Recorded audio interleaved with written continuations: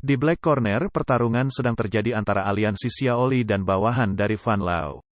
Mereka menerobos paksa masuk ke pertahanan benteng aliansi Xiaoli. Fan Lao dengan orang pilihannya memimpin di baris depan langsung ke kediaman Xiaoli. Awalnya Fan Lao hanya melihat pertarungan antara Xiaoli dan orang pilihannya, tapi segera ditarik, dan langsung menyatukan kekuatan, serangan gabungan, masih sanggup ia tahan. Namun ketika Fan Lao turun tangan sendiri, pertahanan Xiaoli seperti tidak berguna. Dengan cepat Fan Lao langsung melumpuhkan Xiaoli dengan tombaknya. Sehingga Xiaoli tak bisa bergerak. Fan lalu terbang ke langit, dan sekali lagi menyerang Xiaoli. Detik-detik senjata mau menusuk ke dada Xiaoli. Tiba-tiba api hijau tua menahan serangan yang dilancarkan Fan Lao. Seketika Fan Lao dan teman yang di sampingnya kaget. Siapa? Fan Lao mencari orang yang menahan serangannya. Di atas langit, terdengar suara familiar. Dengan sapaan kepada Fan Lao, Ketua Sekte Fan, 2 tahun tidak bertemu. Kau semakin sombong saja.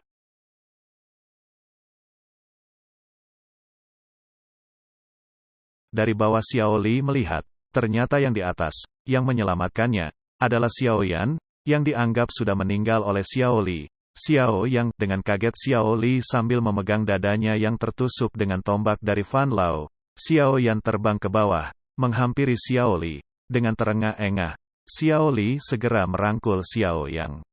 Yang tidak menyangka kalau Xiaoyan masih hidup. Xiaoyan, kamu masih hidup, ini benar? Kamu masih hidup, dengan sukacita Xiaoli sambil merangkul Xiaoyan. Di sisi lain, Fan Lao juga kaget atas kemunculan Xiaoyan. Fan Lao juga sudah menyangka kalau Xiaoyan sudah meninggal, tapi dengan datangnya Xiaoyan, semua dugaan itu salah. Xiaoyan yang berkata kepada Xiaoli, aku belum membalaskan dendam kepada Mystic Cloud, mana mungkin aku mati.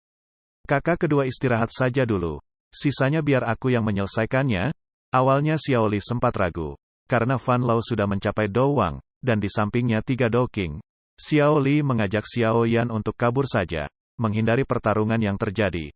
Tapi Xiaoyan meyakinkan Xiaoli, untuk tetap tenang, dan percaya, kalau Xiaoyan bisa mengalahkan Fan Lao. Karena keyakinan Xiaoyan, Xiaoli menyerahkan Fan Lao padanya, lalu menyerahkan 3 orang yang di sampingnya. Tapi saat berdiri pun Xiaoli kehabisan nafas, karena tenaganya sudah habis, dan juga Xiaoli sudah terluka. Kakak kedua tunggu saja, serahkan mereka semua padaku. Setelah membantu Xiaoli untuk duduk, Xiaoyan maju dan menghunuskan pedang tumpulnya, seraya menantang Fan Lao. Fan Lao, hari ini aku akan mencabut nyawamu. Fan Lao pun menjawab, Xiaoyan, matilah kau di tanganku. Xiaoyan, Fan Lao, dan ketiga orang yang di sampingnya mengeluarkan energi mereka masing-masing, bersiap dalam pertarungan besar.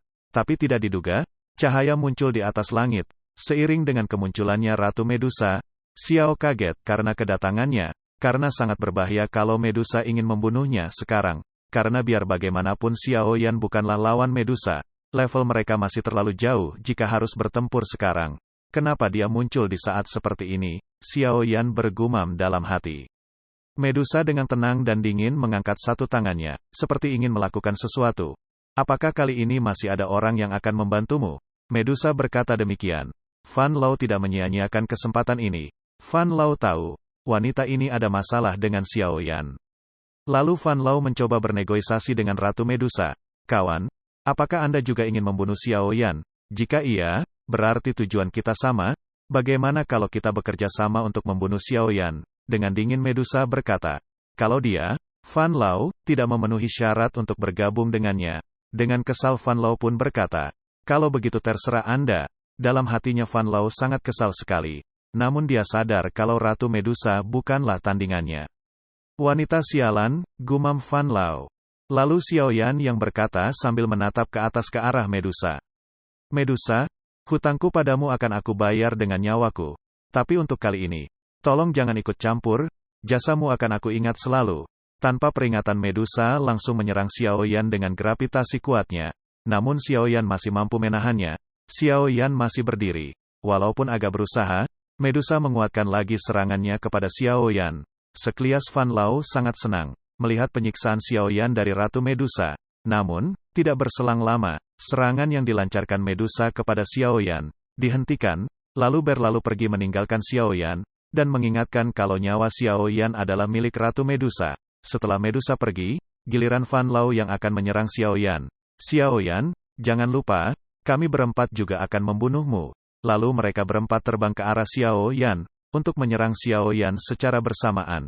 Tapi dengan cepat Xiao Yan mengeluarkan api surgawi halaman dalam yang sudah dimurnikannya. Setelah api keluar, Xiao Yan mencengkram api surgawi di tangannya. Lalu Faulan dan 3 orang lainnya, merasakan panas yang sangat luar biasa ke jantungnya, sehingga serangan mereka bertiga bisa dipatahkan oleh Xiao Yan. Ternyata kau sudah memurnikan api surgawi, Fan Lao dengan sambil memegang dadanya yang kesakitan. Lalu dengan secepat kilat, Xiao Yan terbang ke belakang mereka, dan menyerang salah satu dari mereka, dan langsung tumbang. Xiao Li melihat kekuatan Xiao Yan yang sekarang, sangat kaget. Dengan 2 tahun, Xiao Yan benar-benar sudah naik level dengan sangat cepat. Sejenak Fan Lao dan teman-temannya terdiam melihat kekuatan Xiao Yan yang sekarang. Lalu, Fan Lao menyerang Xiao Yan dengan tombaknya, namun bisa ditahan oleh Xiao Yan, dan malah bisa melakukan serangan balik kepada Fan Lao, membuat Fan Lao terpental. Tapi secara diam-diam, kedua orang yang ada di sisi Fan Lao menyerang Xiao Li secara bersamaan. Tiba-tiba kapak muncul menghadang serangannya, muncullah Ziyan dan Lin Yan, untuk membantu Xiao Yan. Xiao Yan, kamu fokus saja dengan lawanmu Fan Lao, 2 orang di sini, serahkan kepadaku dan Ziyan.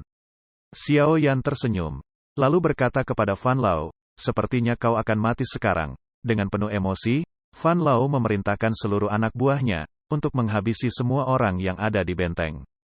Tidak sampai di situ, gerbang Pan, yang dipimpin Wu Hao dan Hu Jia, berlari ke arah benteng, untuk membantu. Akhirnya pertempuran pecah antara gerbang Pan dan anggota Xiao Li, melawan anak buah Fan Lao. Lalu dengan marah Fan Lao menyerang Xiao Yan dengan serangannya, namun bisa ditepis Xiao Yan, karena serangan yang dilancarkan Fan Lao Xiao Yan sudah hafal. Setelah serangan dipentalkan, Fan Lao pun sedikit mengungkapkan isi hatinya. Jika kau tidak membunuh putraku, aku mungkin tidak punya dendam padamu, dan tidak akan bermusuhan denganmu. Xiao Yan pun berkata, di wilayah sudut hitam yang kacau, memang ada karmanya, anakmu mati, karena kesalahannya sendiri. Namun dengan kemarahannya Fan Lao menyerang lagi Xiao Yan, namun dapat mudah ditangkis oleh Xiao Yan. Dasar keras kepala Xiao Yan sambil memanas-manasi Fan Lao. Lalu Xiao Yan terbang ke arah Fan Lao dan terus menyerang Fan Lao secara bertubi-tubi. Fan Lao sambil kesakitan berkata kepada Xiao Yan, kalau kau menyinggung sudut hitam hidupmu tidak akan tenang. Tenang saja, 2 hari lagi aku akan menyerang aliansi hitam dan Han Feng. Lalu dengan pengorbanannya, Fan Lao lari menggunakan sisa-sisa kekuatannya. Tapi itu tidak berarti bagi Xiao Yan, karena Xiao Yan sangat cepat, dan berhasil mengejar Fan Lao. Secepat kilat Xiao Yan sudah ada di belakang Fan Lao. Lalu Fan Lao diserang dengan api hijau tua milik Xiao Yan, sampai meninggal dan menjadi abu. Setelah Xiao Yan mengalahkan Fan Lao, Xiao Yan kembali ke tempat pertempuran antara anak buah Fan Lao dan gerbang Pan, berhenti bertarung. Fan Lao, ketua sekte kalian sudah mati di tanganku. Percuma saja jika melakukan pertarungan lagi. Beritahukan kepada Han Feng, 2 hari lagi aku akan datang untuk membunuhnya. Namun sebagian anak buah Fan Lao tidak percaya kalau ketua sekte mereka sudah meninggal, dan malah melanjutkan pertarungan. Dengan api hijau tuanya, Xiao Yan menyerang anak buah Fan Lao, dan langsung mati. Setelah itu, Xiao Yan terbang dan berdiri di atas benteng, sambil memperingatkan yang lainnya. Apakah ada yang mau mencobanya? Setelah melihat itu, mereka langsung lari menyelamatkan diri. Setelah pertempuran berakhir, lalu mereka berkumpul di kediaman Xiao Li. Xiao Yan berterima kasih kepada Lin Yang dan Ziyan yang sudah membantunya. Namun Lin Yan berkata, jangan sungkan kepadaku. Teman ada masalah. Pasti kami bantu. Mana mungkin aku diam saja. Namun kepada Wu Hao dan Hu Jia, Xiao Yan berkata aku tidak akan sungkan kepada kalian. Wu Hao dan Hu Jia hanya tertawa mendengar perkataan itu. Tentu saja, mereka adalah orang terdekat Xiao Yan, yang pertama mendirikan gerbang Pan. Tanpa minta pertolongan pun, mereka akan tetap membantu satu sama lain. Karena ikatan mereka sudah lebih dalam lagi. Lalu di tempat lain Xiao Yan menghampiri Xiao Li, yang sedang menyendiri di atas menara. Mereka sedikit berbincang ketika terpisah 2 tahun, dan mengungkapkan, bahwa Xiao Li memakan pil yang bisa menambah level dengan cepat, namun dengan resiko umur menjadi pendek. Xiao Li sadar, dengan kekuatannya dia tidak akan sanggup untuk membalaskan dendam kematian Xiao Yan, karena pada saat itu, Xiao Li menganggap Xiao Yan sudah meninggal di telan api. Jika menunggu dengan naik level secara normal, akan memakan waktu yang sangat lama. Tidak peduli umur jadi pendek, yang penting, pada kenyataannya, Xiao Yan masih hidup. Itulah yang terpenting. Xiao Yan sejenak termenung, lalu menanyakan, saat kakak kedua menemukan pil, apakah ada lagi yang ditemukan? Xiao Li menyerahkan gulungan yang ditemukannya bersama pil yang dia makan. Xiao Yan langsung mengambil gulungannya itu, dan mungkin ini adalah resep pil penawarnya. Xiao Yan berjanji akan membuatkan pil penawarnya suatu hari nanti. Tapi sekarang, kita pergi dulu ke Akademi Jianan. 2 hari lagi, kita akan membunuh Han Feng.